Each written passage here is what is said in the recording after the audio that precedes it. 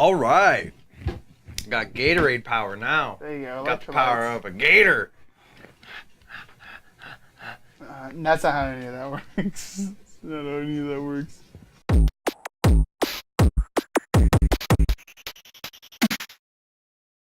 Hello, welcome. I'm Frank. I have with me David. And what are we doing today, David? We are continuing our quest to find out what our favorite movie of all time is, at least up until this point. Obviously, we will see other movies that haven't come out yet, or others that have come out and we just haven't seen. Today we're doing our favorite time travel movies. How exciting. Yeah, time travel's Very great. exciting. And why don't you get us started with your number 2 pick, David? My number 2 pick. Okay, my runner-up. My runner-up time travel movie is Bill and Ted's Excellent Adventure. Most excellent. Most excellent indeed. A 1989 buddy teenage movie about these two high school slackers who are really only concerned with their band Wild Stallions. They want to take it to the next level. That isn't very good. It's not good. They don't know how to play instruments. Main problem. They sound terrible. Yeah. Their dads know that this isn't going to amount to anything, and they're really trying to push them. The characters are put into an ultimatum where if they fail this history report, Ted, Keanu Reeves' character, is going to be sent to an Alaskan boarding school, which obviously would be, not good for the band. No, it's hard to practice being in the same city. It seems to me the only thing you've learned is that Caesar is a salad dressing dude. The two leads of Bill and Ted, we have Keanu Reeves, who is known for so many different things. Really, Keanu Reeves of Keanu Reeves fame. There's actually some great Keanu Reeves memes that are from this movie. Oh no! Party on, dude. Bill. And then you also have Alex, half-cut shirt Winter. Alex belly exposed midriff Winter. Yeah. You have the guy from the Lost Boys wearing the same clothes. Ted and Bill end up getting contacted from the future by a supporter and friend, Rufus. Rufus is played by the late, great George Carlin. My first introduction into who George Carlin was when I was a kid was Rufus in Bill and Ted's Excellent Adventure. He comes from the future because Wild Stallions ends up not only becoming an extremely popular and successful band, but literally like the creators of peace and like world harmony and some sort of strange like global cult in the future. That's the only thing I can Very equate strange it to. global cult. Really weird stuff. Clothes going on. gets weird in the future, guys. Along our Most Excellent Adventure, we're going to see a ton of characters from history, which you got Joan of Arc, Billy the Kid, Sigmund Freud, Socrates, Beethoven shows up, Napoleon, and Genghis Khan. Abraham Lincoln. The movie starts with Bill and Ted going systematically through these different periods in time. They meet someone famous. They realize, we need to get him for this report. And they take him back. And by the end of the movie, then we kind of flip the whole thing, where we have this collection of historical characters. Which is a really awesome scene. It's hilarious. They're in this 80s California mall, all kind of causing havoc. In real life, if you had Genghis Khan in like the sports section, you had a bunch of bets. Someone's going to jail. Someone's going to die and then go to jail. And then maybe Genghis Khan would just be shot there. Yeah, maybe. I don't know if he'd be taken alive, man. He probably would not. Probably take a few mall security guards with him, too. Oh, he'd take more than a few, I'm sure. Things would not end well. I had never seen Bill and Ted's sequel, Bogus Journey, before I decided to finally check it out. I tried watching it at one point in time, and I was like, I don't like this movie, and I turned it off. This time around, at the beginning, I was like, maybe I gave it up too early.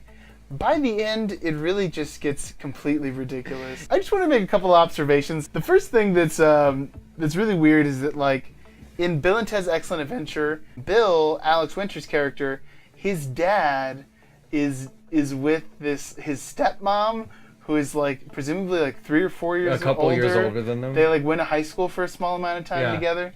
So that's like a real weird, creepy Ted thing. asked her to prom.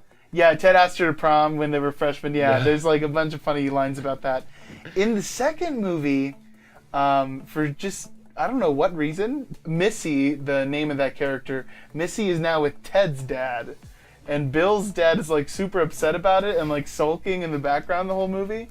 It's really bizarre. That's fun stuff. I've Yeah. only seen the sequel maybe one time, and I don't remember that from the movie. There's 2 sets of Bill and Ted robots. There's like these weird alien creatures. Yeah, the weird Grim Reaper character. If you challenge the Grim Reaper to a game, you get brought back to life. And that's the whole thing with this one. Instead of traveling through time, they travel through like the afterlife. But then when they play the Grim Reaper, they're just playing him in like Battleship and like Life. J7.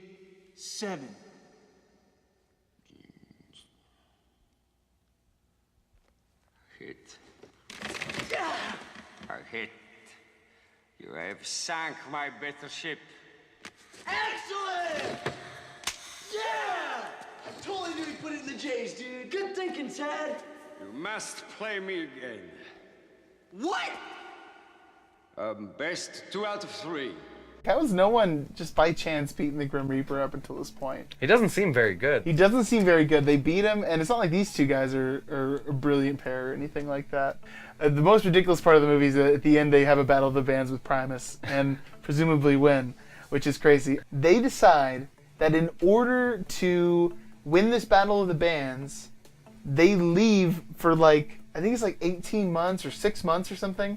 They use time travel to go somewhere and practice their instrument.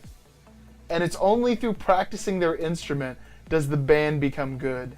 Solid message. Solid message, everybody. You want to be a famous musician? Got put in the practice, everyone.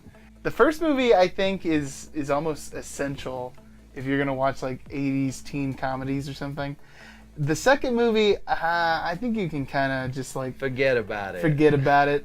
The characters are still both pretty good, although Alex Winter starts to look a lot older in this movie, I think. He also keeps saying Duder the entire movie. Duder. Duder. Duder's not a good one. Don't tell us, Duder. You programmed us. They knew that they had catchy lingo in the first movie, so they wanted to bring that in. Are you pro-Duder or anti-Duder? Let us know in the comments below. When I was looking up time travel movies, just trying to see, maybe I missed some. Mm-hmm. I feel like there's not a lot of movies about time travel. I mean, It's not a huge genre. yeah, it really isn't. And I think this one is a great movie. Maybe this is sort of a gimme choice, but Bill and Ted, everybody. A most excellent adventure. Solid choice, David. You know what I'm saying? Put them in the Iron Maiden. Iron Maiden? Excellent! Execute them. Bogus.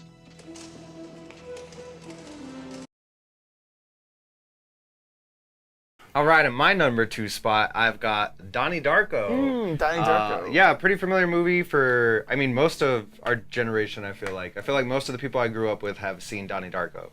But also I came to learn that, like, not a huge commercial success. They didn't make, like, a ton of money on Donnie Darko. Came out in 2001, starring Jake Gyllenhaal. Directed and written by Richard Kelly, who also did Domino, which I thoroughly enjoy. That's a fun one. Southland Tales, that I've actually never seen before.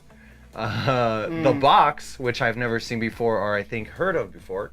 Oh. And S. Darko, which I have heard of and seen and did not like. Oh, he did the sequel too. Yeah, he okay, did. I didn't know that. Yeah, it's his fault. The main character, Donnie Darko, played by Jake Gyllenhaal, sees a therapist throughout for like issues he's been having, Okay. hearing voices, displaying like psychosis of some sort. Parents are definitely concerned about him, but everything kind of kicks off when Donnie Darko is sleepwalking one night and a airplane engine falls through the roof of his family's home and crashes into his bed. And Donnie is spared because he is out like sleepwalking just out in the middle of nowhere. Weird events ensue. It takes place in this like quaint little town amongst like affluent people. It's definitely like an affluent group that Okay, I this see place what is you're set saying. in. Yeah. I'm not sure exactly where it's set, but it's set in October. You get like a nice like fall. Everything feels kind of creepy, and there's a bunch of Halloween stuff. Definitely good feels in the movie if you like the darker side for sure. That's one thing I definitely appreciate about the movie. All kinds of really cool like sci-fi stuff. You get wormhole talk. You get time travel talk for sure. You get to see those creepy weird. It's almost like everybody's like path through life that comes out of their chest that Donnie can see sometimes. Yeah. That's one thing that I think is really cool about the movie. The whole time the movie's trying to kind of hint to you like what's going to happen in the end, which is another fun thing to have in a time travel movie.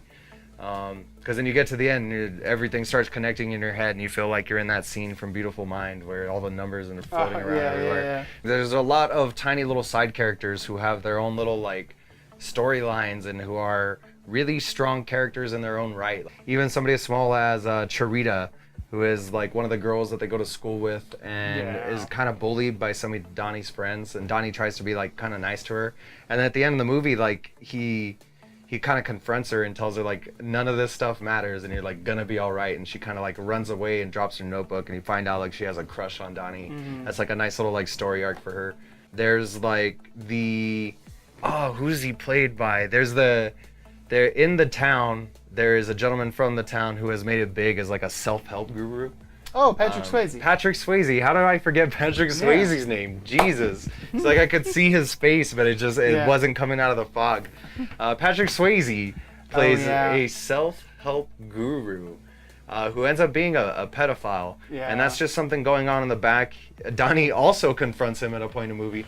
Donnie is a very confrontational young man. He's got no problem letting you know what he thinks about the situation.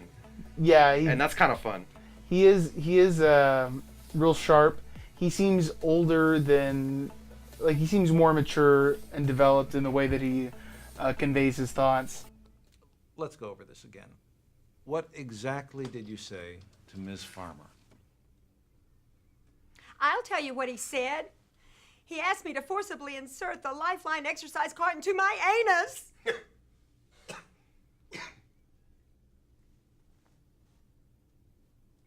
I think Donnie Darko is a weird time travel movie, and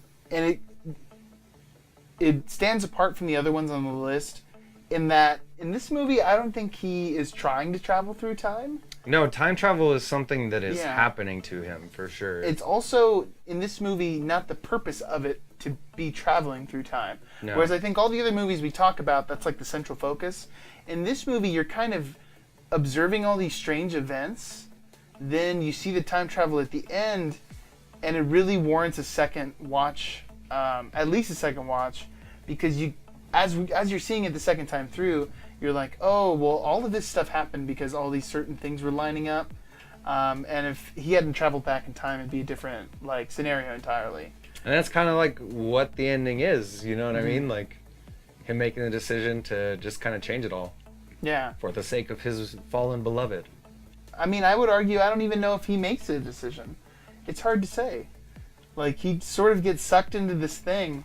Although it does seem that he is conscious of what's going on. Yeah, he knew what was going to happen when he stayed home that night, and that's why he's kind of laughing. Like, yeah, that's right. He kind of like is laughing maniacally at the end of the movie, just knowing like none of it mattered. Like it's all gonna like change. And he had to like, and it was more of, and it wasn't just the sacrifice of like his own life, but like of his family's suffering and not uncovering this like child pornography ring, because he's the whole reason that gets uncovered, because he burns the guy's house down like when he's like having an episode one night.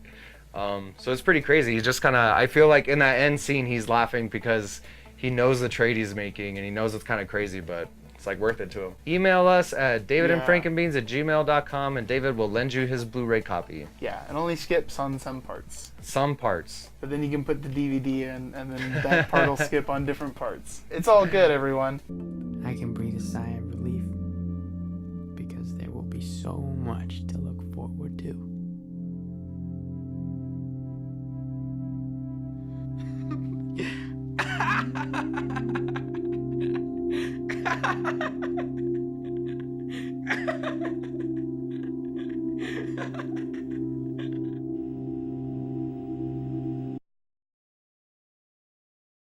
And number one pick time, Back to the Future, everybody.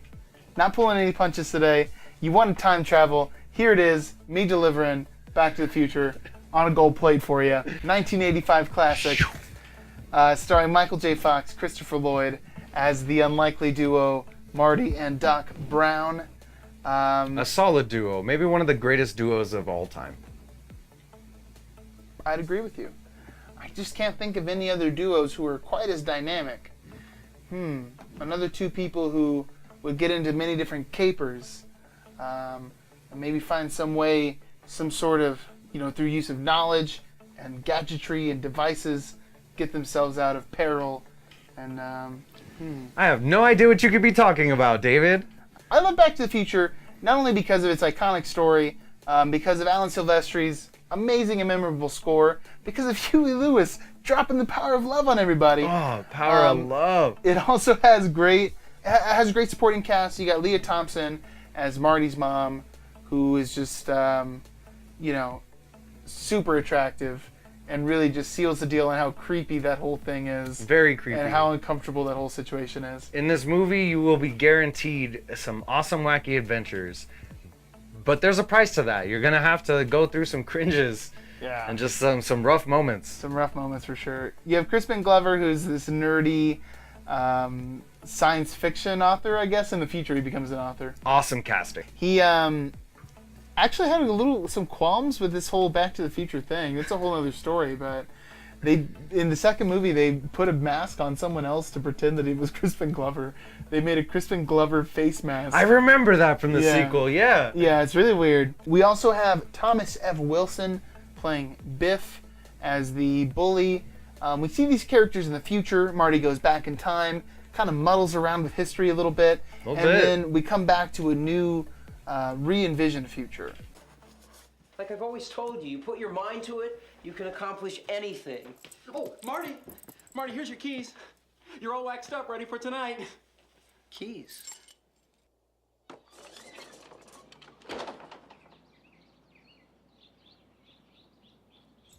With us talking about time travel on this episode, I really just kind of wanted to bring up some interesting comparisons between these movies, and we'll get maybe more into it when we get into your last movie as well. In Bill and Ted's Excellent Adventure, we have two heroes who know what they need to do. Their story is intertwined with fate. Yeah.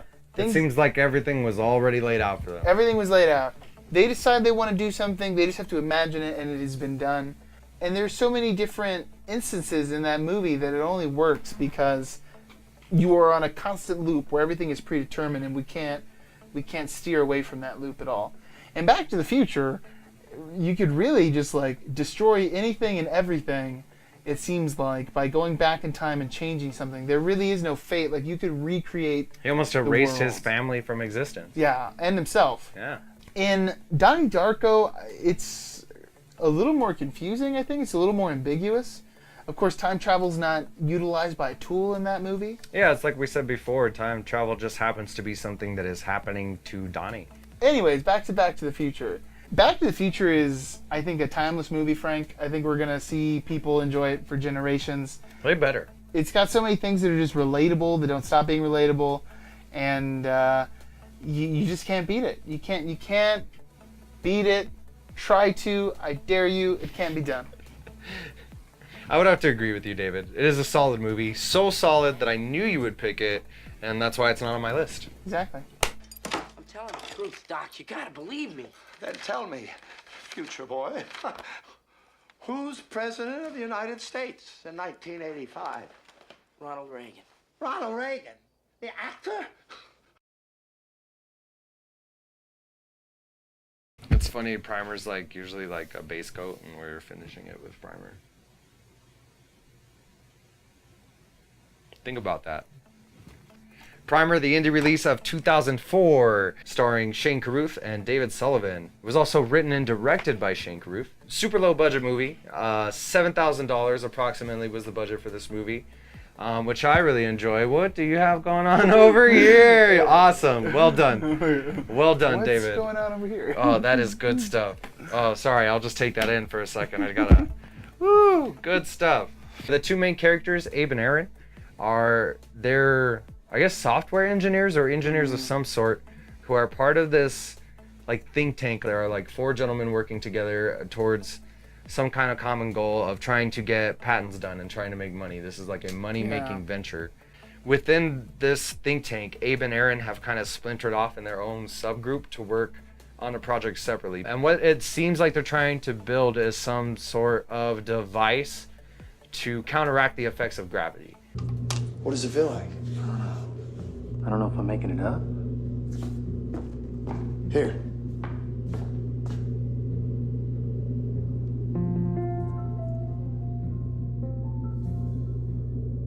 It does kind of work on their first like big test. It reduces the weight of like their test subject, but the thing like blows the power and it just shuts off. They find out later on, they finally get this thing going stable, but there's weird stuff happening. The first kind of big weird thing they notice is they can unplug the batteries from this device that it's running off of, and it just keeps running for a little bit. And they're very confused being engineers. They're like, no, what does that? Like, this doesn't make any sense. They get like this mold overgrowth that like way faster than they should have been able to get it. One day, one of the main characters springs like a big surprise on the other character and shows him himself like walking into a storage facility. In this big reveal, he's taking him around all day showing him the steps on how he figured out what was going on. But at this point, he has already traveled back in time. This is his second run through in this event. And you get a lot of repeats in this time travel. Yeah. You get like multiple like versions of one person in a timeline. And that's one of the things that differs from the other like 3 movies that we were talking about. And I know that's something you wanted to mention, was that there's so many different ways to do time travel, and that's kind of what makes a lot of these movies super fun. And I think it's interesting that we each picked a movie with like a different outlook on time travel. I think usually people see time travel as, I want to go to this point, I use this device. That's like the idea we have in our mind. Primer has such a interesting take on it, where it's like you're going in a loop and you have to kind of start the loop, and it's somewhat imperfect let too. that time go, and then you can go back in time and then catch up to yourself again. So it's imperfect. There's a lot of limitations to the system. You couldn't say like go back to the 50s like you did in Back to the Future, or go through the various spots in time like in Bill and Ted's, because you need to start the device at the point that you want to get back to. Physically, they have their own like drawbacks from all this time travel. Their handwriting gets super bad. One of the characters is bleeding from his ear just randomly. There are consequences to time travel. Remember that, kids. One of my favorite things about this movie is like the 2 main characters, Abe and Aaron. You can tell that they've been working together for a really long time at the beginning of the movie. They definitely have like a camaraderie. They are friends. You can tell that they've been having like the same things that annoy each other and the same like way that they talk to each other like constantly.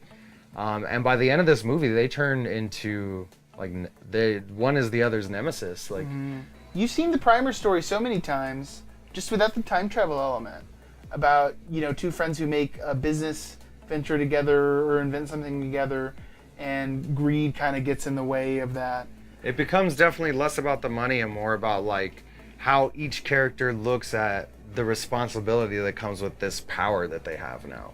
Primer had the $7,000 budget, definitely the lowest budget on our list of movies today. Oh, well, yeah. One of the interesting things, as far as gross profit went, our lowest performer was Donnie Darko at 40%. Not great. They didn't make like a ton of money. It wasn't a huge commercial success. We're gonna jump up to 75% for Bill and Ted's. Back to the Future comes in at the number 2 spot at 95%. Okay. Primer, for being so low budget, that had 98.4% like profit margins. Okay, yeah. Like for considering how much money they put in this movie, they did very well for themselves. They were nominated for all kind of like different independent movie awards. They won some of them. Solid movie. If you're down, definitely not a watch late at night movie. There's a lot of scientific jargon, which I think is really cool. The movie's a little bit dry, and the performances aren't, they're not famous like astounding, actors. Yeah. This is definitely an independent movie. Oh, most definitely. But it's very thoughtful, and the idea is so elaborate and unique that it definitely is worth watching. It's a little hard to find now. You can actually watch it on YouTube. We checked it out again as a little refresher. You can find it on there right now. Hopefully they do like a newer distribution for it, because it's getting to be harder I'd like to to find. scoop up a copy of Primer. Look, I was gonna come give you this big speech about how we've been friends for a long time and built up trust and that whole big thing. But how about this instead? If you ditch work this afternoon and promise to do the few small things that I ask you, I will in return show you the most important thing that any living organism has ever witnessed.